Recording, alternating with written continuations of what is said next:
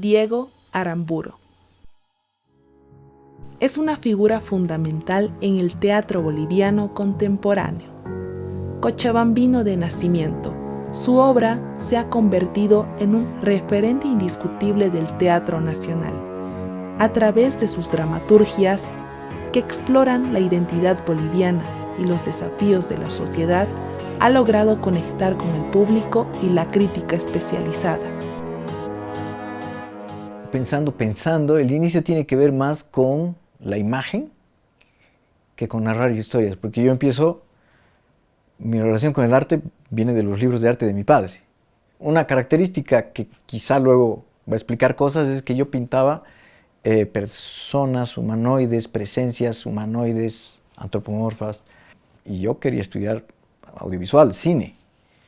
El teatro entra como un parche. Claro, entra como un sustituto, como la opción B, el plan B. Y mientras que yo esperaba poder estudiar cine, empiezo a hacer teatro. Un recuerdo muy claro con mi padre es cuando yo le pedí que me explique la perspectiva. Claro, las explicaciones de mi padre eran muy técnicas. Él me hacía línea de fuga, tira línea para acá, tira línea para allá. Yo no había ido al colegio, ¿no?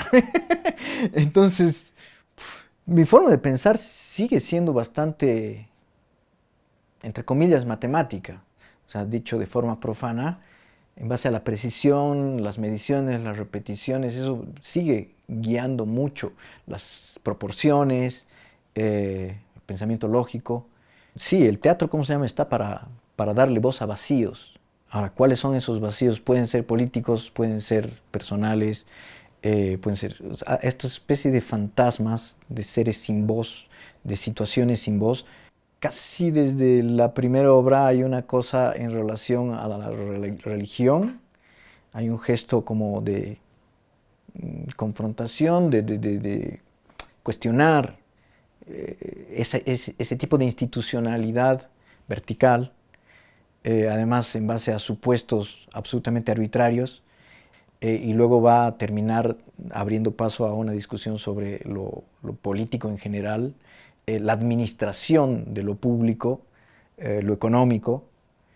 Un concepto que para mí es fundamental a lo largo de mi obra también es la paradoja.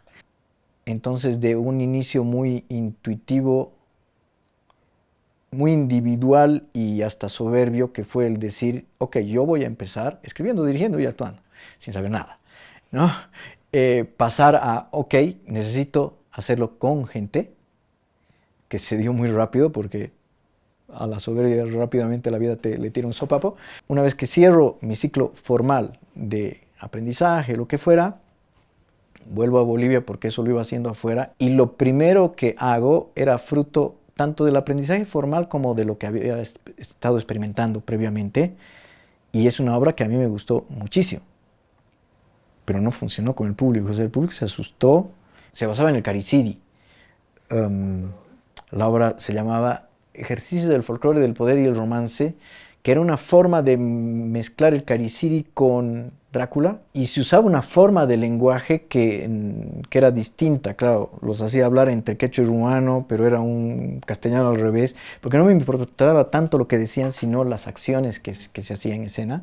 Las corrientes predominantes del teatro en Bolivia eran el teatro popular, el teatro influido por los clásicos contemporáneos de entonces, que sería el teatro moderno, Sartre, o sea, repetir los grandes nombres, ponerlos en escena acá, mucho texto en ambos casos.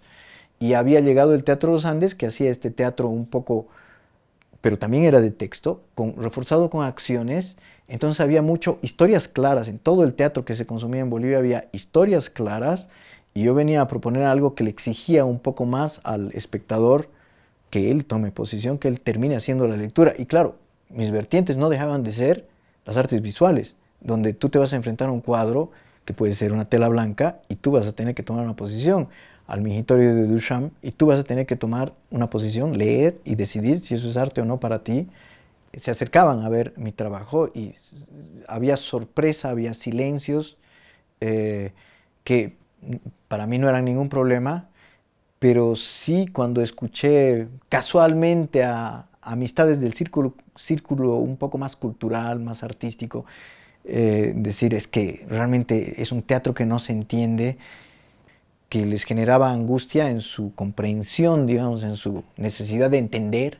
Y entonces hice ese compromiso, hice 2 obras a continuación, que son con las que empiezo a ganar premios, girar hacia afuera, qué sé yo, para luego a partir de la tercera obra empezar, y ahí vuelvo a lo que decía, un viaje hacia mí, pero el lugar del arte es el de la pregunta, yo creo, ¿no? El del cuestionamiento. Y una vez escuché en un pequeño encuentro internacional a un funcionario danés, de entre lo que produzca el arte van a salir cuestionamientos a lo que hacemos y a lo que, según nosotros, funciona en medio de lo que hacemos, ¿no? Nosotros necesitamos esa pregunta para seguir avanzando, seguir creciendo como administración de la cosa pública, como sociedad, etcétera, etcétera, ¿no? No que proponga soluciones el arte, y no que deba hacer esas preguntas, sino que van a ir surgiendo por ese lugar de preguntarse, esa inquietud de cuestionarse, que me parece que favorece el arte. Si es que partes, y era mi caso, de cuestionar la verdad, entre comillas, o la funcionalidad incluso de instituciones, de creencias, de sistemas establecidos, vas a cuestionarte también la tuya y vas a dar espacio no a la que estás presentando, sino a la que estás presentando como una cuestionable, por lo tanto existen otras. Yo entro en diálogo con el público, por lo tanto con esas formas, pero para luego, cuanto antes, volver hacia lo mío, y creo que el primer paso claro hacia ese retorno es ese cuento del amor.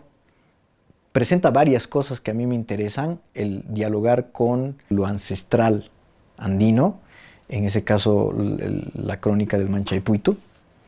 De ahí un siguiente paso importante es Crudo, donde todo eso, esta necesidad de dar espacio a los lugares de empoderamiento de la mujer se pone totalmente en cuestión por casi que aplastar durante media hora a la protagonista para que luego ella subvierta aplaste, digamos, esta adversidad, pero de una forma muy explícita, muy cruda.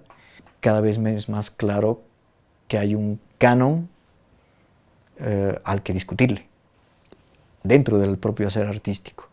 Acceso es otra obra importante, que ese es un performance, ya empieza mi retorno hacia las artes visuales, digamos, y en este rotar de acciones a través del tiempo, de cada vez que se acepta o no rotar, se va dando una experiencia desafiante para quienes están adentro y para quienes ven la obra.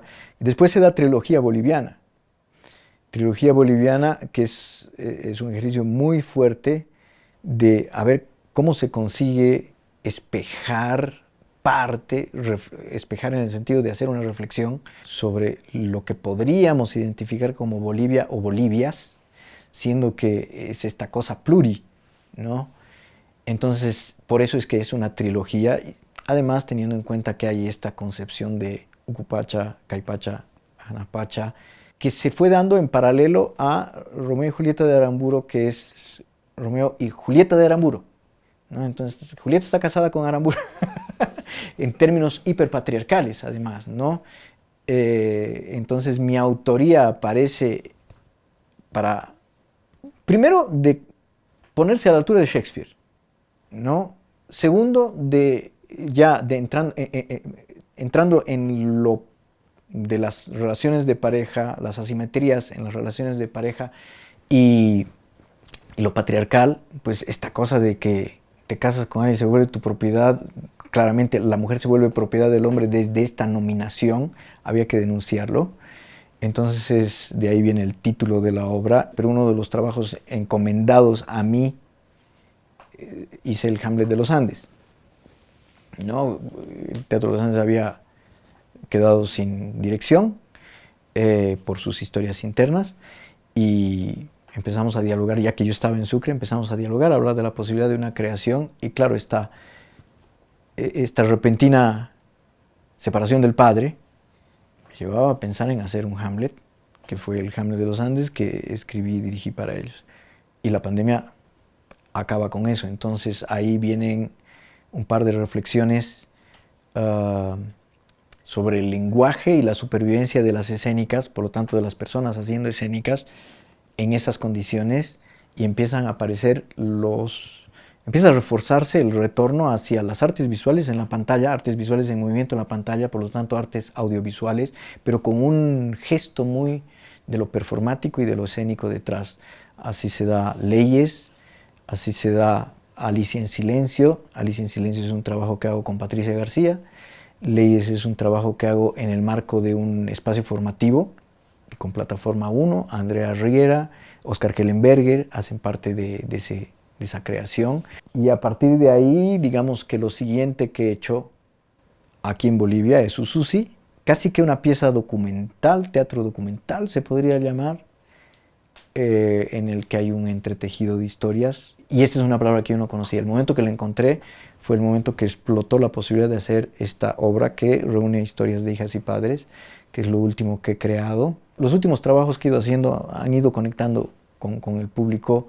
Creo que los públicos están más abiertos a saberse, el abrirse a estos otros formatos que me devuelven a lo inicial, las artes visuales, plásticas, me permite reencontrarme y profundizar en mi conocerme, pero encontrarme con lo colectivo y abrirle espacio. Lo que estoy tratando de hacer a continuación es precisamente cuestionar esta autoridad absolutamente arbitraria que tenemos quienes hacemos arte de tener una voz pública, lo que es un poder y un privilegio. ¿Por qué lo tenemos? ¿Cómo lo administramos? Pero incluso si abrimos a que alguien hable, si decimos las artes son el espacio para que se presenten tales voces, cualquiera que sea, ¿cómo es que tenemos ese poder y ese privilegio, incluso de ceder un espacio de voz pública, siendo que todas las personas debiéramos horizontal y igualitariamente tener voz pública? Entonces lo cuestionemos también, ¿no? Ese es el siguiente proyecto que estoy trabajando así de forma muy conceptual, digamos, se trata de eso. Aramburu no solo ha sido un creador, sino también un promotor del teatro como un espacio de reflexión y transformación social, dejando un legado invaluable para la cultura boliviana.